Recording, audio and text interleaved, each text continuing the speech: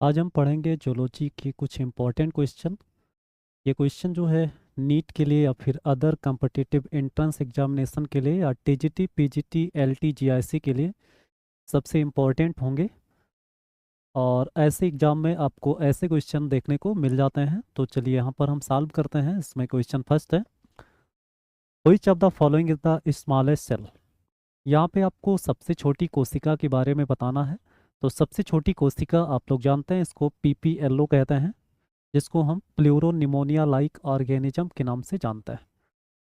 अब यहाँ पे क्वेश्चन नंबर सेकंड पे आते हैं। प्लूरोनिमोनिया लाइक ऑर्गेनिज्म यानी पीपीएलओ वेयर डिस्कवर्ड बाय। अगर इसकी डिस्कवरी की बात करें हम, तो इसकी डिस्कवरी की थी किसने? नोकार्ड एंड रॉक्स ने। तो पीपीएलओ को डिस्कवर किया था किसने? नोकार्ड और रॉक्स ने।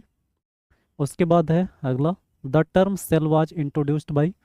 सभी को पता है कि जो सेल टर्म है उसको सबसे पहले किसने दिया था? रॉबर्ट हुक ने। और रॉबर्ट हुक की जो बुक है उसका नाम है माइक्रोग्राफिया। माइक्रोग्राफिया। इन्होंने अपने बुक में सेल के बारे में मेंशन किया है। तो यहाँ पे जो सेल का टर्म है उसको देने वाले रॉबर्ट हुक हैं। उसके बाद है question number 4, figures of cork cells observed. यहाँ पे कार्क सेल का जो फिगर है वो ऑब्जर्व किया गया रॉबर्ट हुक के द्वारा, और ऑब्जर्व करके उसे पब्लिश किया गया किसमें? तो यहाँ पर इनकी अपनी किताब में, जिसका नाम है माइक्रोग्राफिया। माइक्रोग्राफिया बुक में उन्होंने इसको पब्लिश किया। क्वेश्चन नंबर 5 है, cell theory was given by. Cell theory किसके द्वारा दिया गया? तो यहाँ पे आप सबको पता है, यहाँ पे स्लाइडन एंड सॉन। इनका नाम है एमजे स्लाइडन, जो जर्मन बॉटनिस्ट थे और ये जर्मन जोलॉजिस्ट थे, जिन्होंने 1838 1838 और 1839 में सेल थ्योरी को दिया था। तो यहाँ पे स्लाइडन और सॉन, इसका right answer option number E हो जाएगा। Cell theory state that all cells are living, ये गलत है। ऑल सेल्स पोसेस न्यूक्लियाई, ऐसा तो सेल थ्योरी में नहीं बताया गया। Cells reproduce by mitosis and meiosis, ये भी नहीं बताया गया। यहाँ पे cells are fundamental structural units of plants and animals, इसका right answer option number D हो जाएगा। क्वेश्चन नंबर 7 है, ओमनी सेलुला ई सेलुला। ऑल सेल्स फ्रॉम सेल्स, यानी सभी सेल्स जो है दूसरे सेल्स या अपने पहले के सेल से डिवीजन से बनते हैं। एबव स्टेटमेंट गिवन बाई, यहाँ पे ऐसे स्टेटमेंट को किसने दिया? तो यहाँ पर रूडोल्फ विर्चो आएंगे 1858 में। इन्होंने बताया कि new sales comes from the division of pre existing cells. और इनकी इस थ्योरी को एक नाम से जानते हैं, इसको कहते हैं cell lineage theory. Cell lineage theory के नाम से जानते हैं। तो यहाँ पे नेक्स्ट क्वेश्चन पे आते हैं, the cell theory is not applicable to. Cell theory applicable नहीं है, तो आप लोग जानते हैं ये वायरसेस के लिए, क्योंकि वायरस जो है वो सेल थ्योरी का एक्सेप्शन है। और वायरस में या तो जेनेटिक मटेरियल होता है, जेनेटिक मटेरियल, और प्लस क्या होता है? प्रोटीन होता है। जेनेटिक मटेरियल और प्रोटीन की बनी हुई संरचना। जेनेटिक मटेरियल में या तो डीएनए होगा या तो आरएनए होता है। तो इस तरह से ये वायरस की संरचना है, और वायरस को इस आधार पर किस नाम से जानते हैं? ये न्यूक्लियो प्रोटीन के नाम से जानता है। Nucleo protein. वायरस कैसी संरचना है? तो न्यूक्लियो प्रोटीन की संरचना होती है, न्यूक्लिक एसिड प्लस प्रोटीन की। उसके बाद अगला हम देखते हैं question number 9, the main difference between animal and plant cell is that. Plant cell और एनिमल सेल में मेन डिफरेंस क्या है? Plant cell lack rigid cell wall, ये गलत है। ये डिफरेंस आप देखेंगे तो plant cell lack rigid cell wall, ये लैक की बात है, लेकिन सेल वॉल तो पाया जाता है। Animal cells lack rigid cell wall, animal cell lack rigid cell wall, ये सही है।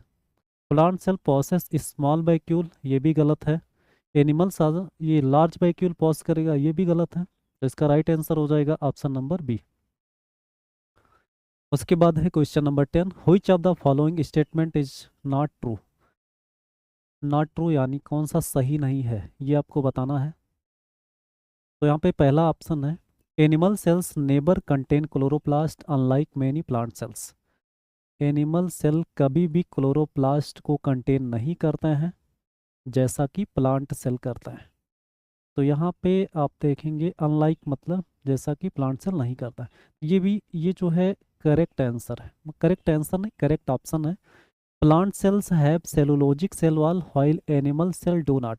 यानी प्लांट सेल के पास सेलुलोजिक सेल वॉल होता है जबकि एनिमल सेल के पास नहीं होता है। ये भी सही है। Plant cells have central vacuoles while animal cell do not. Plant cell के पास सेंट्रल वैक्यूल होता है और एनिमल सेल के पास नहीं होता है। ये भी सही है। Animal cell contain ultrascopic chloroplast. Animal cell के पास क्या क्लोरोप्लास्ट होता है? While plant cell contain microscopic chloroplast. तो यहाँ पे इसका जो राइट आंसर है ये गलत ऑप्शन ही हमें सिलेक्ट करना था। तो यहाँ पर ये ऑप्शन नंबर डी क्या हो जाएगा? सही हो जाएगा। क्वेश्चन नंबर 11 है the difference between plant cells and animal cells as. Plant cell और एनिमल सेल में डिफरेंस आपको बताना है। Plant cells lack chloroplast which are abundant in animal cells।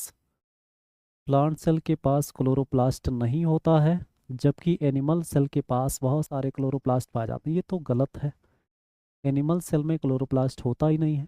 Plant cells have one large central vacuole while animal cell have many small vacuoles. ये सही है, ये option जो है ये सही है क्योंकि प्लांट सेल के पास एक सेंट्रल लार्ज वैक्यूल होता है जबकि एनिमल सेल के पास छोटे छोटे वैक्यूल्स होता है। Animal cells have thinner cell walls than the one. Animal के पास सेल वॉल होता ही नहीं है, यानी इसका राइट आंसर ऑप्शन बी हो जाएगा। क्वेश्चन नंबर 12 है animal cell differ from plant cell in processing. Animal cell plant cell से डिफर है जो क्या रखता है? तो एनिमल सेल के पास यहाँ पर होता है सेंट्रोसोम जो प्लांट सेल के पास नहीं होता है। बाकी ये सारी चीज़ें प्लांट में पाई जाती हैं। तो इसका right answer option number D हो जाएगा। Animal cell differs from plant cells in not having the. Animal cell differ होता है प्लांट सेल से जो नहीं रखता है। तो एनिमल सेल सेल वॉल नहीं रखता है जबकि प्लांट सेल में होता है।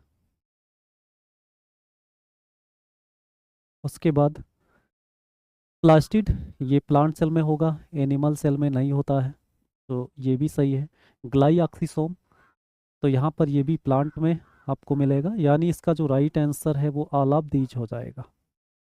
मतलब एनिमल सेल प्लांट सेल से डिफर होता है जो इन तीनों संरचनाओं को नहीं रखता है। एनिमल सेल में ना तो सेल वॉल मिलेगा, ना तो प्लास्टिड मिलेगा और ना ही ग्लाइऑक्सीसोम मिलेगा। तो इसका राइट आंसर ऑप्शन डी हो जाएगा। क्वेश्चन नंबर 14 है which pair of structures are usually found in both plant and animal cells. यानी कौन सा पेयर एनिमल और प्लांट दोनों में मिलेगा? तो न्यूक्लियस एनिमल में भी मिलेगा, प्लांट में भी मिलेगा, जबकि सेल वॉल केवल प्लांट में मिलेगा, इसलिए ये गलत है। न्यूक्लियोलस ये दोनों में मिलेगा लेकिन क्लोरोप्लास्ट केवल प्लांट सेल में मिलेगा। सेल मेम्ब्रेन ये एनिमल और प्लांट दोनों में मिलेगा जबकि सेल वॉल केवल प्लांट में मिलेगा। सेल मेम्ब्रेन एनिमल और प्लांट दोनों में पाया जाएगा और न्यूक्लियोलस भी एनिमल और प्लांट दोनों में मिलेगा। यानी दोनों में पाया जाने वाला जो स्ट्रक्चर है वो ऑप्शन नंबर डी हो जाएगा। क्वेश्चन नंबर 15 है which organelle found in animal cells is absent in plant cells. यानी इसमें कौन सा ऑर्गेनली है जो एनिमल सेल में पाया जाता है और प्लांट में एब्सेंट होता है? तो एनिमल में सेंट्रियोल पाया जाता है, प्लांट में एब्सेंट होता है। बाकी राइबोसोम, माइटोकॉन्ड्रिया, पराक्सीसोम ये दोनों प्रकार के सेल में पाया जाता है। तो इसका right answer option number A हो जाएगा। क्वेश्चन नंबर 16 है plant cell wall mainly consist of. तो प्लांट की जो सेल वॉल है वो मेनली किसकी बनी होती है? सेलुलोज की। सेलुलोज के अलावा इसमें पेक्टिन भी होता है, लिग्निन भी होता है, सुबेरिन भी होता है। तो ऐसे तमाम कंपोनेंट और भी होते हैं लेकिन मेनली यहाँ पर सेलुलोज का बना होता है plant cell wall. Question number 17 है which of the following is common in plant and animal. Plant और एनिमल दोनों में पाया जाने वाली संरचना। माइटोकॉन्ड्रिया तो दोनों में पाया जाएगा। टोनोप्लास्ट केवल प्लांट में मिलेगा। टोनोप्लास्ट किसको कहते हैं? तो जो वैक्यूलर मेम्ब्रेन होता है, वैक्यूलर मेम्ब्रेन वैक्यूलर मेम्ब्रेन को क्या कहते हैं, टोनोप्लास्ट कहते हैं। ये प्लांट में पाया जाता है। सेंट्रियोल केवल एनिमल में पाया जाएगा। तो दोनों में कॉमन कौन होगा, माइटोकॉन्ड्रिया। तो इसका राइट आंसर हो जाएगा ऑप्शन ए। उसके बाद क्वेश्चन नंबर 18 है, the prokaryotic cells are characterized by. Prokaryotic cells में क्या करेक्टर होता है, तो यहाँ पर अब्सेंस ऑफ क्रोमेटिन मटेरियल, ये गलत है क्योंकि क्रोमेटिन मटेरियल पाए जाते हैं। Absence of nuclear membrane, nuclear membrane भी पाया जाता है प्रोकैरियोटिक सेल में। Presence of distinct chromosomes, chromosome भी पाया जाता है।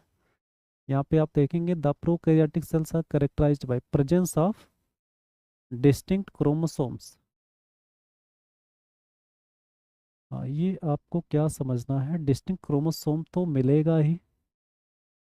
अब्सेंस ऑफ न्यूक्लियर मेम्ब्रेन, हाँ 1 मिनट, आप देखेंगे यहाँ पे प्रोकैरियोटिक सेल में क्या होता है, डिस्टिंक्ट क्रोमोसोम्स जैसे ऐसे बन जाते हैं, इस तरह के क्रोमोसोम नहीं पाए जाते हैं। यानी ये जो है आपको क्या करना है, प्रोकैरियोटिक कैरेक्टराइज्ड बाई, अगर इसके कैरेक्टर की बात करें तो ये वाला ऑप्शन सही हो जाएगा।